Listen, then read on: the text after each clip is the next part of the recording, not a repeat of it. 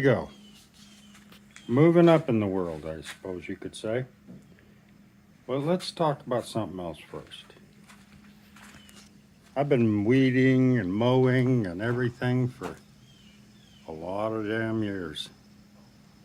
And I'll tell you what, I got questions about the quality of the stuff we use today. I got me a nice little Craftsman, I thought was a good unit when I bought it.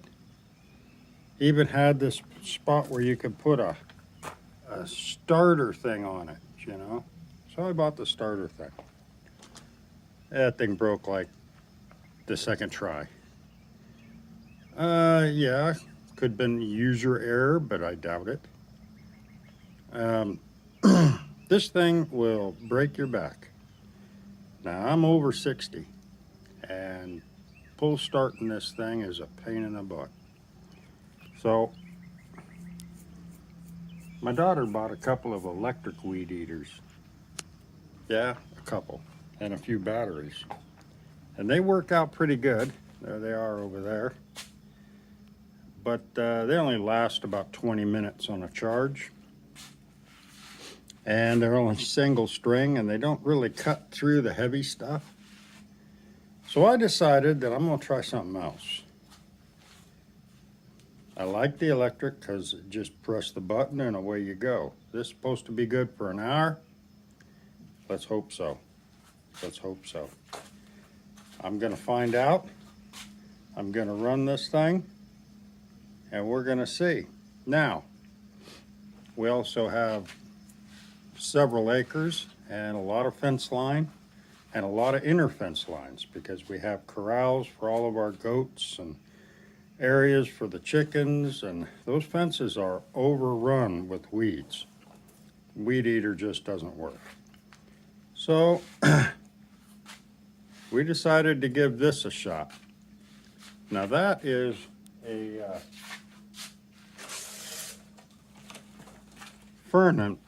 what is it? Forney.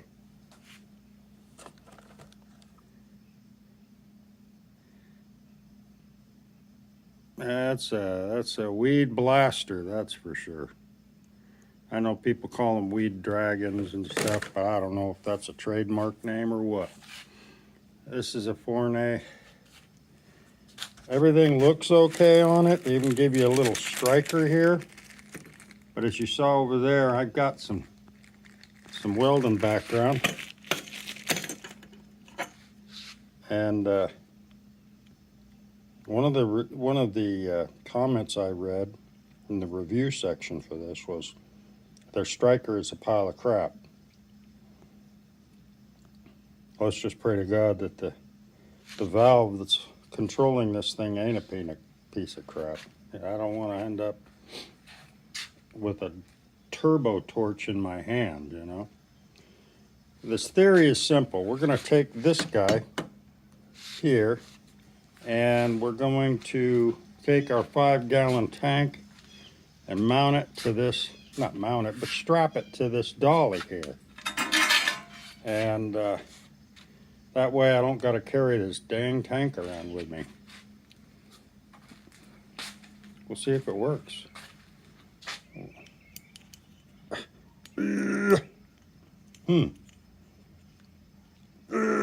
That's not working out too well. Let's try this hand. Look at that. It came completely apart. Son of a gun.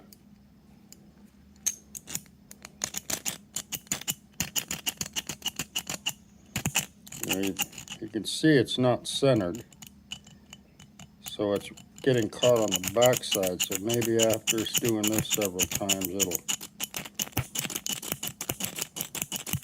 yeah, you're gonna have to wear that tip down. Ooh, nasty.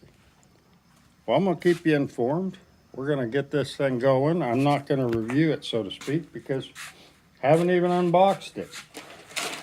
It did come with something odd, though.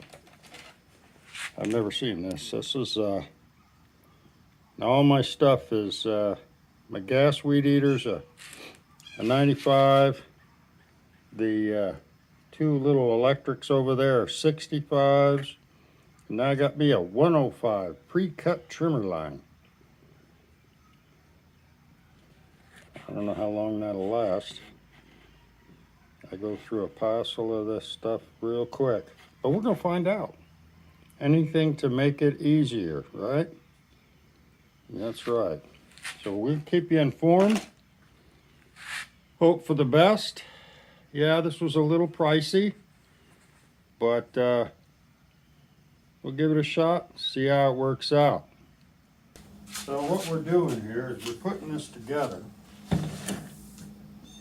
There's a few things on here that are questionable in my eyes.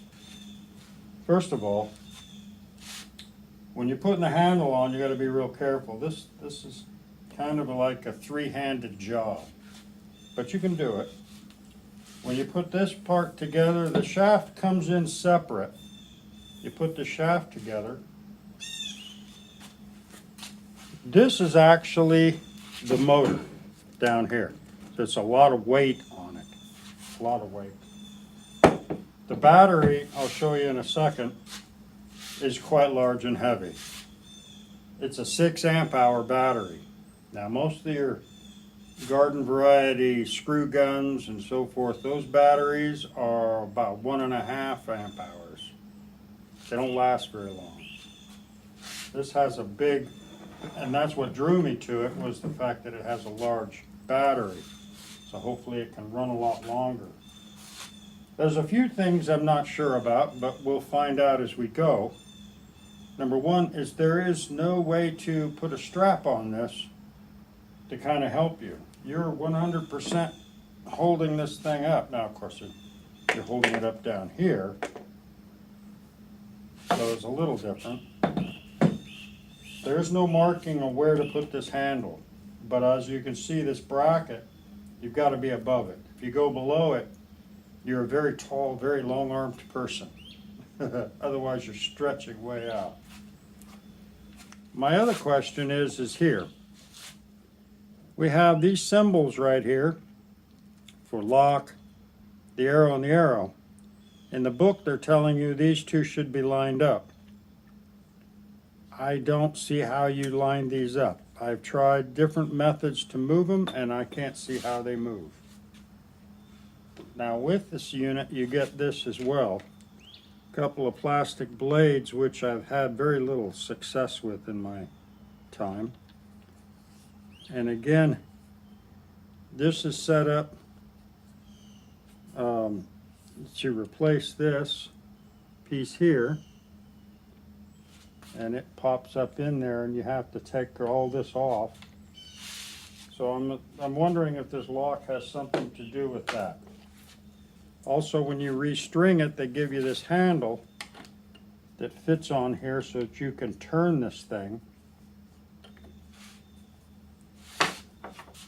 But in this thing, they do not show you anything except for one picture talking about this lock, unlock thing.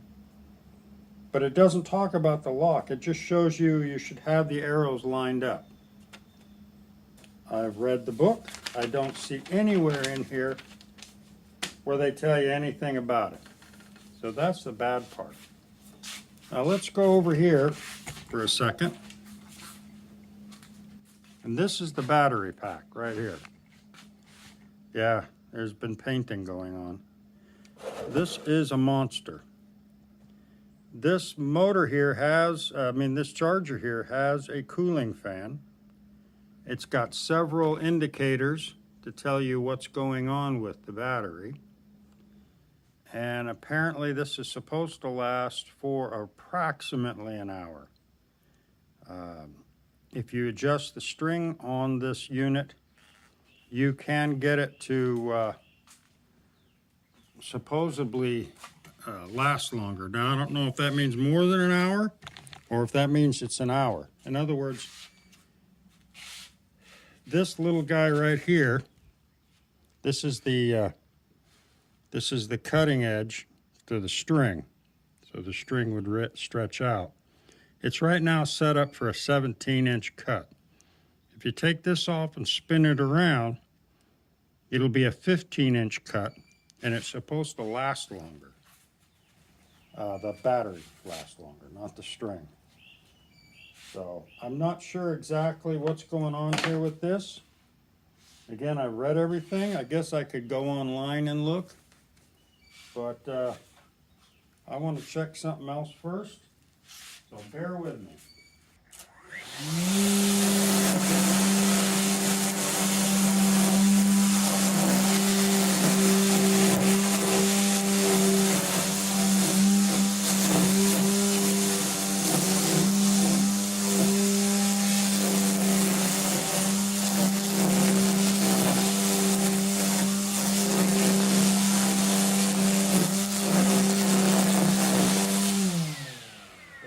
High.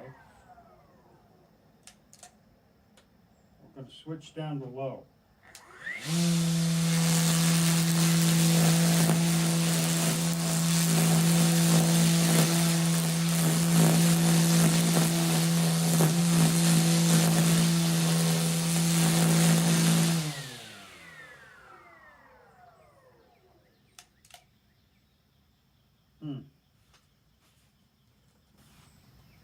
She still shows she's locked.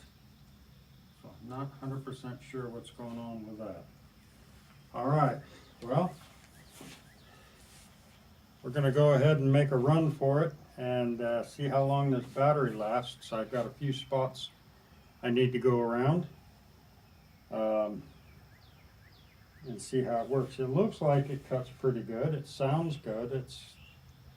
Low actually works pretty well. If it makes the battery last longer, I'm all for that because, again, we have a lot of land to cover here, so I'll keep you informed.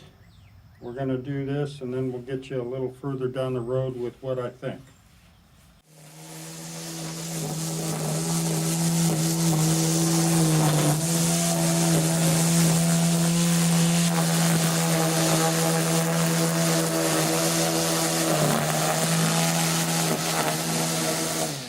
That's low speed. This is high speed.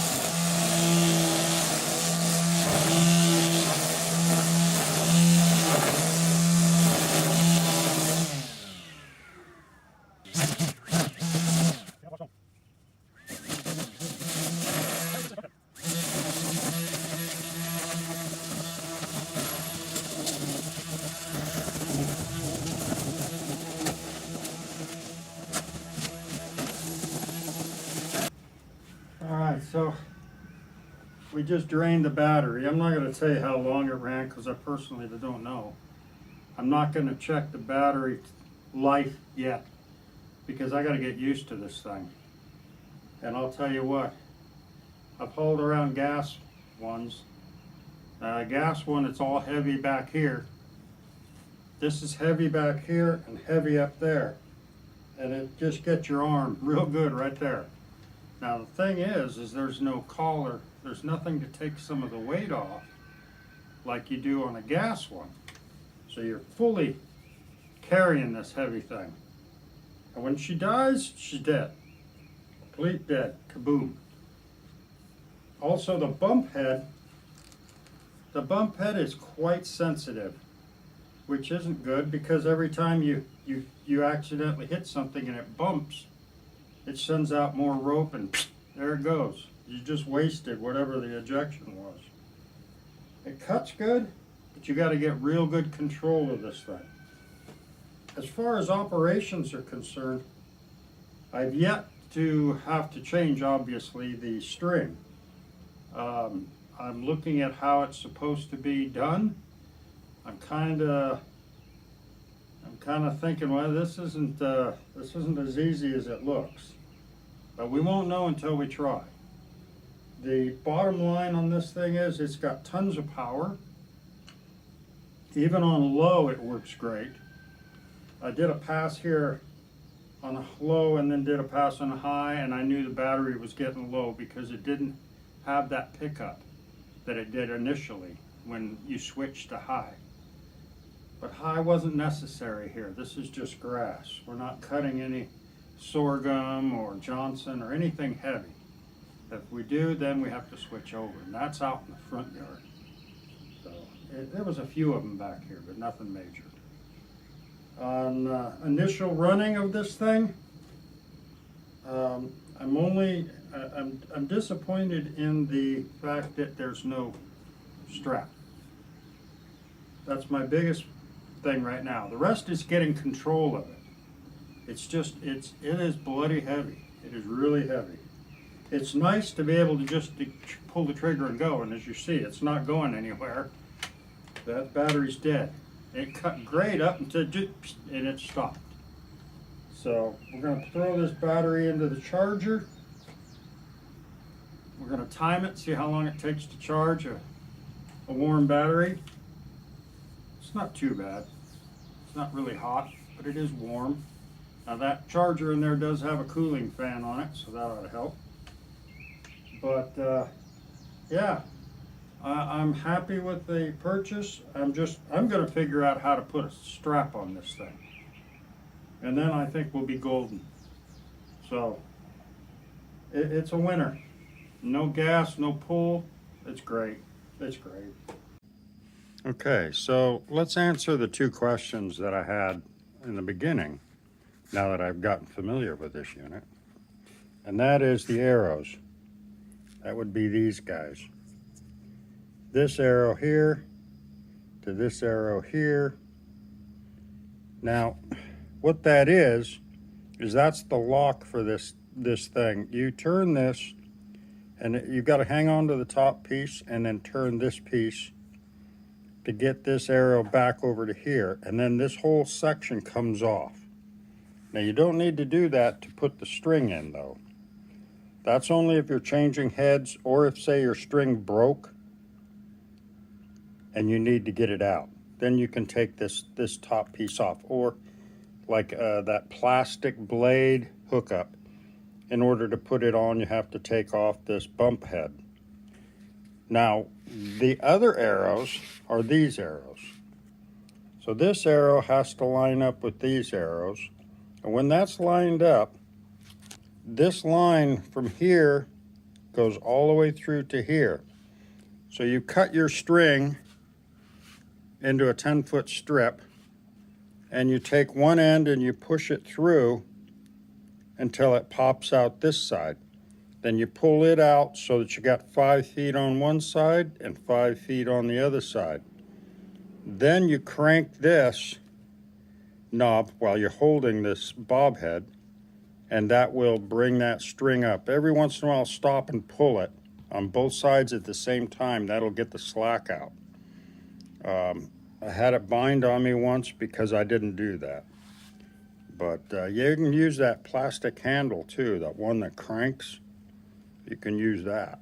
But that's the two questions I had, and pretty much self-explanatory. I will tell you that when you take this off and put this on, it can be a rather of a bear to do, only because if you're off by a hair, if you're not perfectly flat and down and up against it, it doesn't want to turn. But you want it to lock tight, so you kind of got to live with that, you know what I mean? Anyway, if you have any questions about that, just put them down in the bottom, and I'll answer them for you. But let's get back to the other part. This is it. I'm going to give you my final say on this new weed eater of mine, the Ryobi. She's one tough cookie, I'm gonna tell you. My arm is shaking. I just got done using it, and battery's off right now. Battery's over here. This is a fabulous charger. Takes it about an hour to charge that battery back up. But I'm gonna tell you, that battery is heavy. I think I've mentioned this once before.